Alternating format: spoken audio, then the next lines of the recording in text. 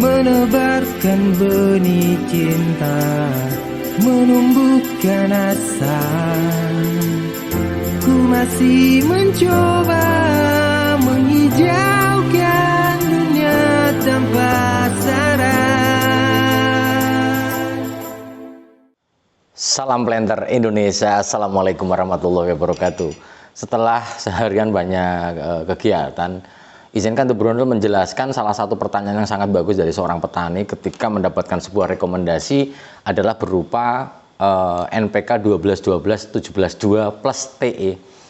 Pertanyaannya adalah kenapa harus ada TE-nya Pak Pendi? Sementara kan ada beberapa 12-12-17-2 yang tidak ada TE-nya. Bedanya di mana? Lah bedanya adalah bahwa yang harus kita pahami yang namanya trace element, TE itu adalah singkatan dari trace element. Trace element sendiri adalah unsur hara mikro. Jadi ketika NPK itu adalah misalnya memiliki formulasi 12-12-17-2 plus trace element, maka bahwa NPK ini adalah mengandung 12% nitrogen, 12% P2O5, 17% K2O, dan 2% magnesium oksida plus TE.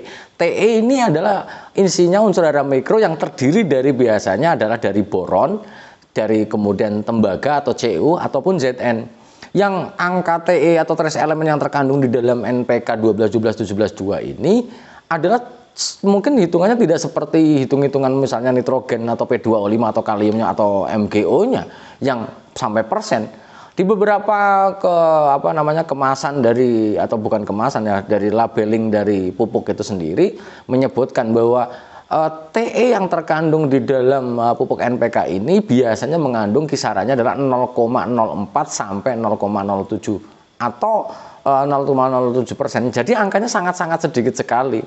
Jadi angkanya memang sangat kecil sekali, bahkan untuk Cu dan Zn biasanya adalah hitungannya hanya ppm saja atau part per million. Biasanya dari ketiga boron, Cu dan Zn yang tertinggi adalah tetap berada pada unsur hara boronnya, itu seperti itu. Jadi memang tidak pernah disebutkan secara nyata. Lah pertanyaannya efeknya apa sih, bedanya apa gitu. Lah ketika pembibitan sendiri kita menggunakan pupuk tunggal, misalnya sumber N-nya pakai urea, kaliumnya pakai KCl atau MOP kan, kemudian fosfornya menggunakan SP36, sangat berbeda nyata di dalam kualitas daunnya. Ketika kita menggunakan 12-12-17-2 plus TE di nursery, daun terasa akan lebih lembut dan lebih halus. Sementara kalau kita menggunakan pupuk tunggal di pembibitan kelapa sawit di nursery yang menggunakan pupuk tunggal, daunnya relatif lebih kaku. Nah, ini yang di dalam vlog sebelumnya untuk bisa menghaluskan biasanya kita tambah Ajinomoto, bukan Ajinomoto, atau disebut micin atau monosodium glutamat, karena Ajinomoto merek, karena mereknya bebas saja, bisa pakai Sasa, pakai Miwon, monggo saja, nggak ada masalah. Yang besarnya hanya sedikit saja.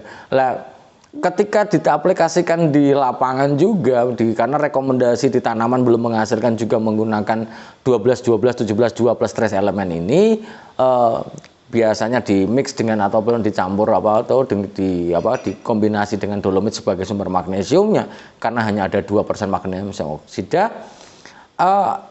Apa sih efeknya Pak Pendi? Kita bisa buktikan bahwa 12-12-17-2 plus trace element ini nanti hasilnya akan sangat berbeda ketika tidak ada trace elemennya, karena memang daunnya relatif lebih lembut dan lembut dan tidak kaku gitu. Mungkin ini yang harus saya jelaskan kepada para petani dan para planter semuanya. Intinya TE adalah trace element atau unsur hara mikro yang terkandung walaupun angkanya sangat sedikit, tapi memegang peranan yang sangat vital di dalam pemupukan kita. Mungkin itu saja dulu yang dapat saya sampaikan. Terima kasih. Salam Planter Indonesia. Assalamualaikum warahmatullahi wabarakatuh.